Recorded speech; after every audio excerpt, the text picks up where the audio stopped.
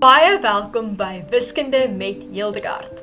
Vandag kyk ons na vraag 5.1 van die NSS 2024 vraestel 2. In hierdie vraag gee hulle vir ons 'n diagram en ons het lyn OP met P minus 3, minus 4 en hoek KOP, dit is nou die inspringende hoek, is hoek A. Ok, en nou moet ons 'n paar vrae daaroor beantwoord, deur die diagram te gebruik. By vraag 5.1.1 moet ons kos van A bepaal. Maar eers gaan ons die radius moet bepaal. Ok, so, ons kan deur middel van Pythagoras die radius bepaal. So,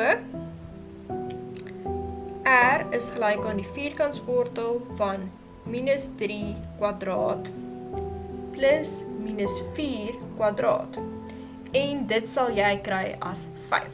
So hierdie afstand OP is 5 eenhede. Ok, fantasties. Nou moet ons eenvoudig gaan en kos van A bepaal. Ek gaan die driehoek net oorteken, om dit net 'n bietjie duideliker te maak. Hier is O, hier is P, hier is dit 5 eenhede. Ons x-waarde gaan minus 3 wees. Ons y-waarde is minus 4. En hierdie is my A. Ok. Nou moet ons daardie hoek bepaal. So onthou, kos van A is gelyk aan die aangrensende sy oor die skynsy. En dit is dus minus 3 gedeel deur 5. En dit is jou finale antwoord vir vraag 5.1. Ok. By vraag 5.1.2 moet ons nou kos van 2A uitwerk. Ok. So daar is 3 formules op jou formuleblad wat jy hier kan gebruik. Jy kan gebruik kos kwadraat van A minus sin kwadraat van A, of jy kan gebruik 1 minus 2 sin kwadraat van A, of laastens kan jy gebruik 2 kos kwadraat van A minus 1. Al 3 hierdie moontlikhede gaan vir jou dieselfde antwoord op die ou end gee. Ok, vir die doel van hierdie oefening gaan ek die eerste een gebruik, maar jy kan die ander ook gebruik. Ok, so, ons gaan ons driehoek wat ons hierbo geteken het, weer gebruik. So, kos van A is dan minus 3 op 5. Onthou, ons gaan dit kwadreer, en ons gaan minus sin van hoek A, wat gekwadreer gaan raak. So, sin is teenoorstaande op skuins. So, dis minus 4 op 5 gekwadreer. Ok, kom ons vereenvoudig dit, en ons gaan kry 9 op 25 minus 16 op 25. Ok, en dit gaan dan vir ons gee minus 7 op 25. Ok, en dit is ons finale antwoord vir hierdie vraag. By vraag 5.1.3 sê hulle vir ons moet nou sin van A minus B gaan uitwerk, indien dit verder gegee word dat sin van B gelyk is aan 4 op 5. Ok, en hulle sê vir ons ook dat 90 grade is kleiner as B en is kleiner as 360 grade.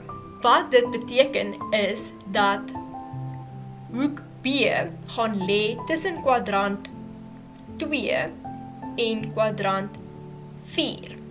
So glad nie in kwadrant 1 nie. Maar nou moet ons ook kyk van die teken van sin van B. Sin van B is positief. So nou moet ons kyk, waar is sin positief? So volgens ons cast diagram is sin slegs positief in die tweede en die eerste kwadrant. So, ons gaan in die tweede kwadrant werk. Nou gaan ons begin deur sin van A minus B uit te brei volgens jou formuleblad. Dit gaan as volg lyk. Sin van A cos van B minus sin van B cos van A. Okay. Ons moet net die driehoek vir sin van B gaan teken, sodat ons weet hoe dit lyk. Okay. Dit gaan as volg lyk. Hier is hy 4 eenhede, is die vertikale afstand. Ons moet my x-waarde bepaal, en ons weet my y-waarde gaan 5 wees. So my skynsy is 5, in terme van 'n driehoek. Ek dink altyd, dit is makliker om dit volgens 'n driehoek te lees. Gaan ons hê dat die skynsy is 5, die vertikale sy is 4, en nou gaan ons volgens Pythagoras uitwerk, dat ons horisontale sy 3 moet wees, maar nou moet jy mooi kyk, dit is in ons tweede kwadrant, so daarom is dit minus 3. Ok, reg. Nou moet ons al hierdie inligting uitwerk, onthou hierdie is hoek B. Ok, so sin van A het ons in die vorige vraag bepaal as minus 4 op 5. Ok, cos van B gaan ons nou hierdie driehoek gebruik. Cos van B is aangrensend oor skyns, so dit is minus 3 op 5. Minus sin van B is dan, sin is teenoorstaande op skyns, so dit is 4 op 5.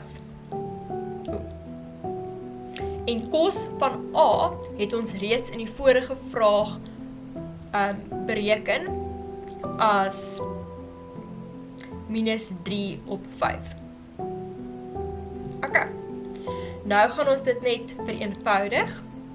So ons gaan kry 12 op 25 minus 12 op 25 en dit gaan vir ons gee 24 op 25.